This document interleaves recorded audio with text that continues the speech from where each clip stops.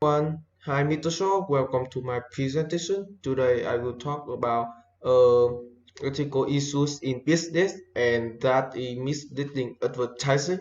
So let's begin with a question. What is misleading advertising?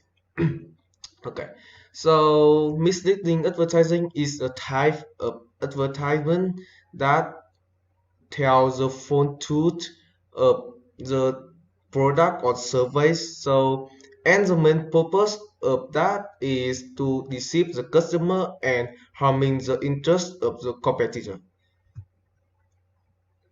And the wrong concept we are believe to believe in nowadays is that uh, phone advertising will attract more customer, which will help the company sell more product, increase the revenues, and leading to the economic rise.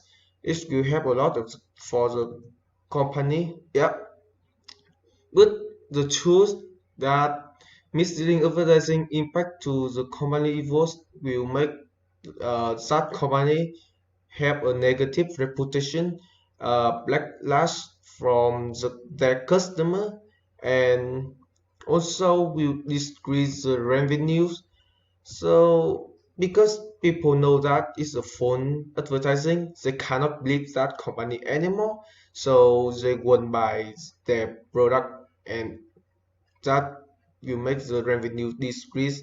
And the last thing is will misleading advertising will make that company got cut from all the organization. So it's a legal prosecution, and all of them will make that company maybe have a chain of breakthrough city. It's a end of the business if you want to know. So that here is an example for the phone advising. It's about Volkswagen, and it is a company, a big company that everyone know. And in 2015, they said that they make a car that have a green diesel. It mean like friendly with environment, but the truth is actually not like that because they cheating on the test.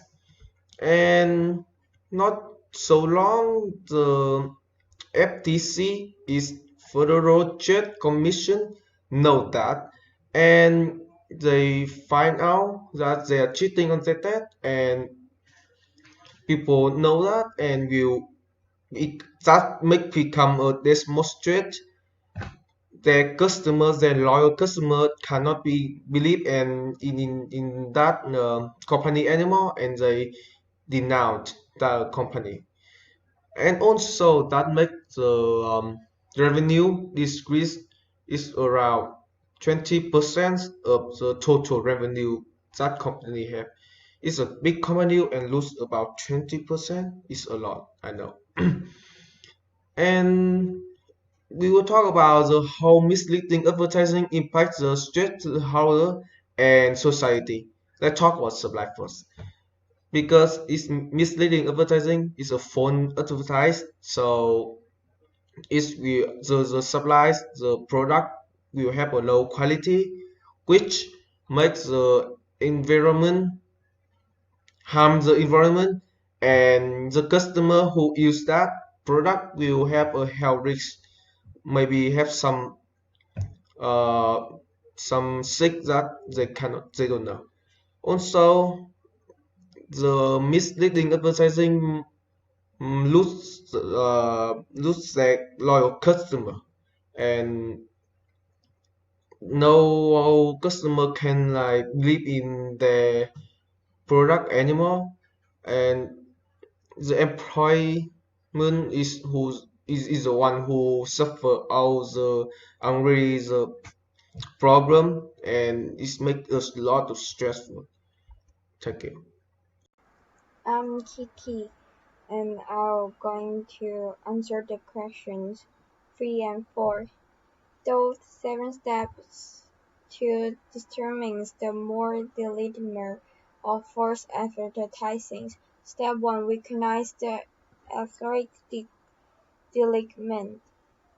False advertising may bring negative effects, but false advertising can attract customers and bring benefits to the company. Step 2. Get the facts. False advertising is not all true. There is cheating. Step 3. Identify your option. Either use false advertising or don't. Step 4. Test each option. If you use the false advertising, it is illegal. It is not right, but that can bring some good benefits to you.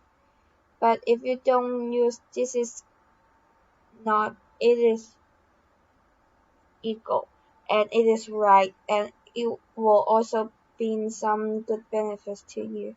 Step 5. Decide which option to follow. Don't use the false advertising. Step 6. Some question. If the consumers know the advertising they're using will the customer will trust them if they know.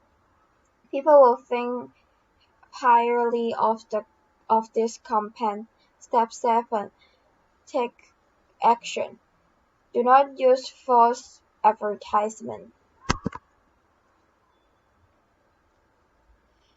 The negative impact of false advertising on enterprises must be great. Advertising market is a system which includes three instead subjects, namely the business group composed of advertiser, advertising operators, and advertising publisher, and the consumer group composed of viewers and readers, who are responsibly for the formulation and imitations of the market rule. Generally speaking, the instead of operators and customers are opposite, and because of the information asymmetry, customers are in a weak options. If both sides are allowed to play the game, customers instead will surely survive. The duty of supporters is to maintain the balance of instead by retracting the behavior of the operator. When customers have a trace of confidence in the products of the brand hand in the balance at percent.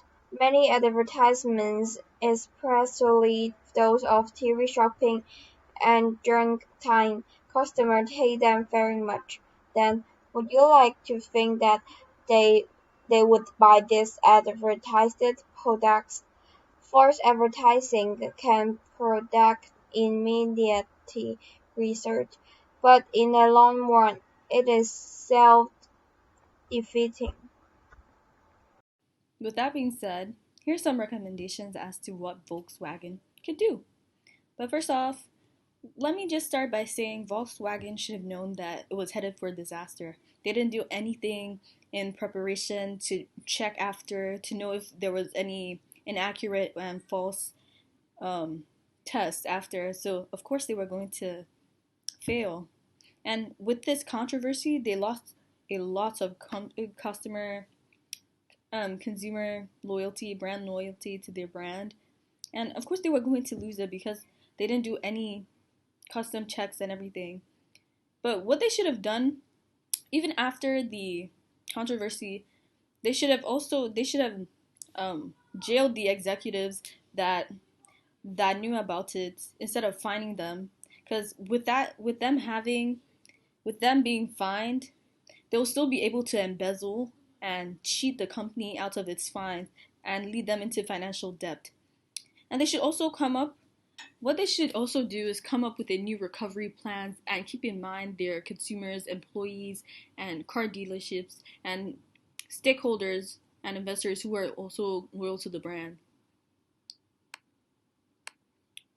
Or my continuation. With this, they should structure a contingency plan in order to not risk any terrible outcomes like the scandal. So they should have a plan in case any if they know that they're going to have scandals or anything like that, and to check it. And they should do inspections and tests to know if they're accurate and 100% reliable, so they don't go out and lose brands. And it's also recommended that they use disaster recovery planning, the DRP, which can be described as a process in which risks are changing. So it helps you not protect, but it helps you protect your brand from having any problems, any risk of danger or controversies that may stop and make brands and investors lose confidence in your brand. In conclusion, I think the correct response is the DRP reaction. The best reaction is the DRP, because the consumers need the brand Volkswagen to. Sorry, that's just my Siri on my laptop. The consumers need the organization to speak out at this point in time and show that they have a significant advancement in our recovery plan. Even though it does not completely stop the harm, it's very suitable for investors to not lose any type of confidence in your brand. And what they should be focusing on mainly is their current vehicle proprietors that they're selling to, that they insure them with safety of their vehicles. Thank you.